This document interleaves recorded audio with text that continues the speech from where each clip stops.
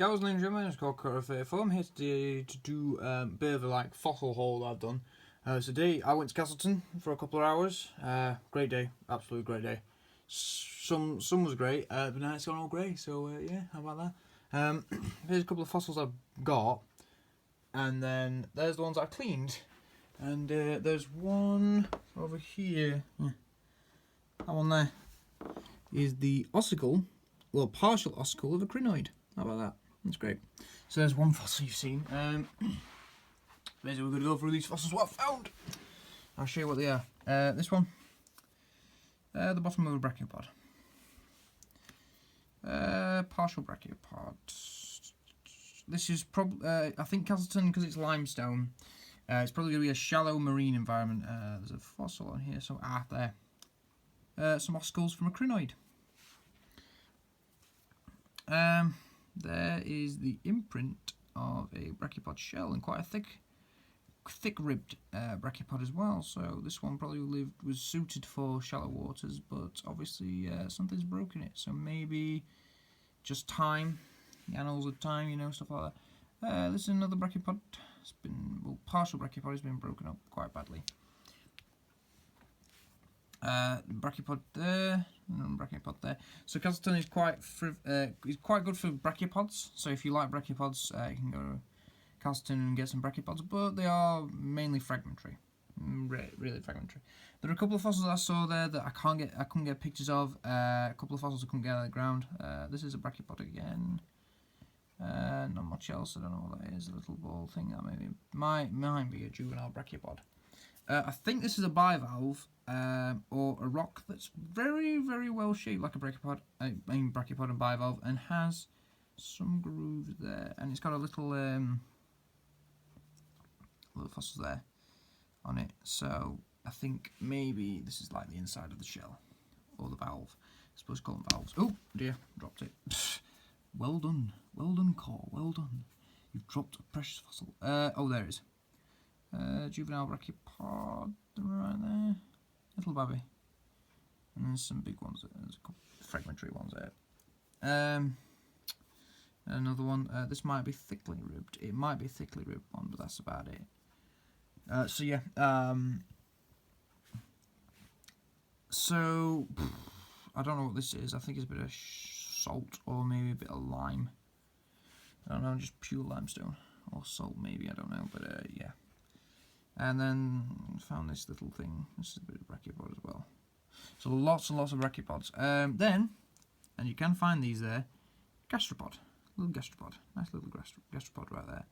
Really, really nice. I think it's a little brachiopod there. Might be an imprint of brachiopod. Might be a brachiopod itself. I don't know.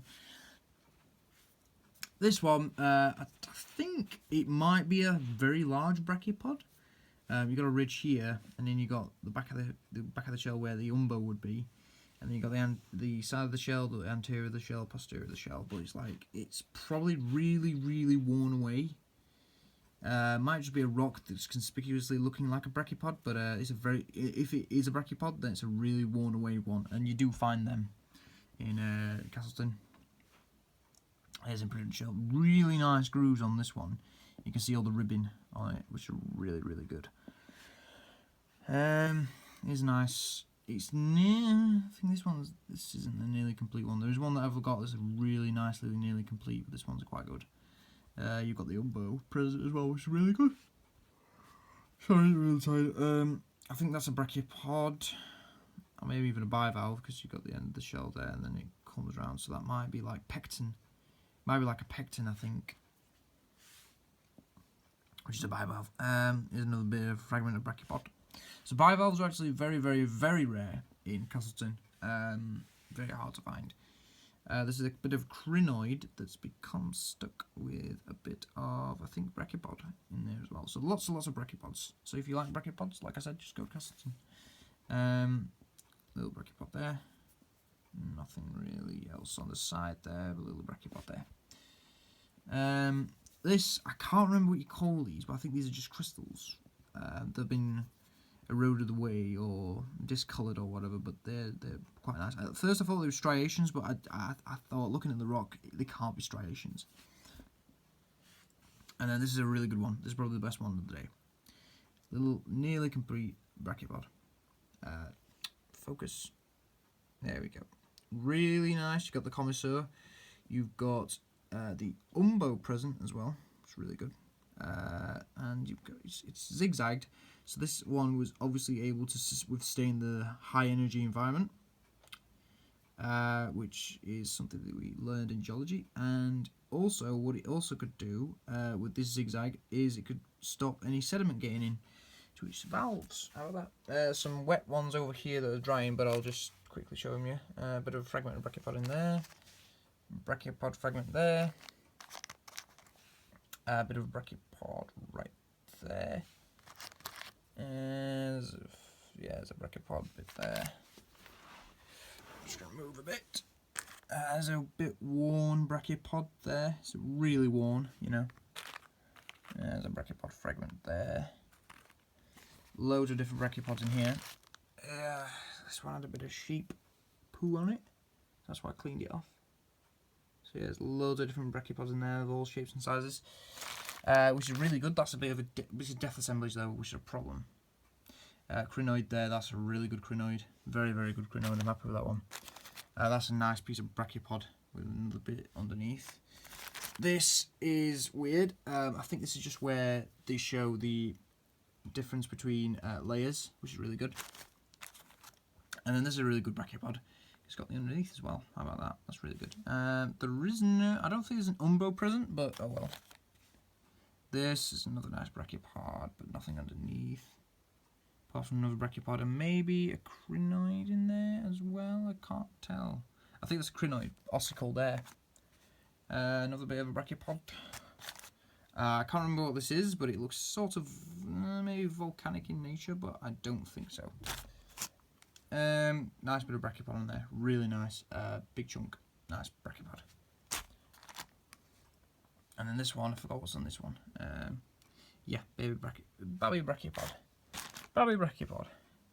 Brachipod there. There's a couple of fragments of brachipod and crinoids there. This is just chunks of brachipod in here like that. There's a nice. It's nice that. I think I saw some echinoids as well. I think this is just bits of coral or some worm burrows. I can't exactly remember. They're nice. Another bit of brachipod there with nice ribbon. Trace of imprint. Another brachipod there. I think a bit of salt there that I've cleaned off. Bit of brachipod there. I think that's a might be brachipod, might be bivalve. I can't really tell. Then this is like a slab with just loads of different brachiopods in it. That's probably the best one. And then you've got brachiopods underneath. Definitely really good, that one.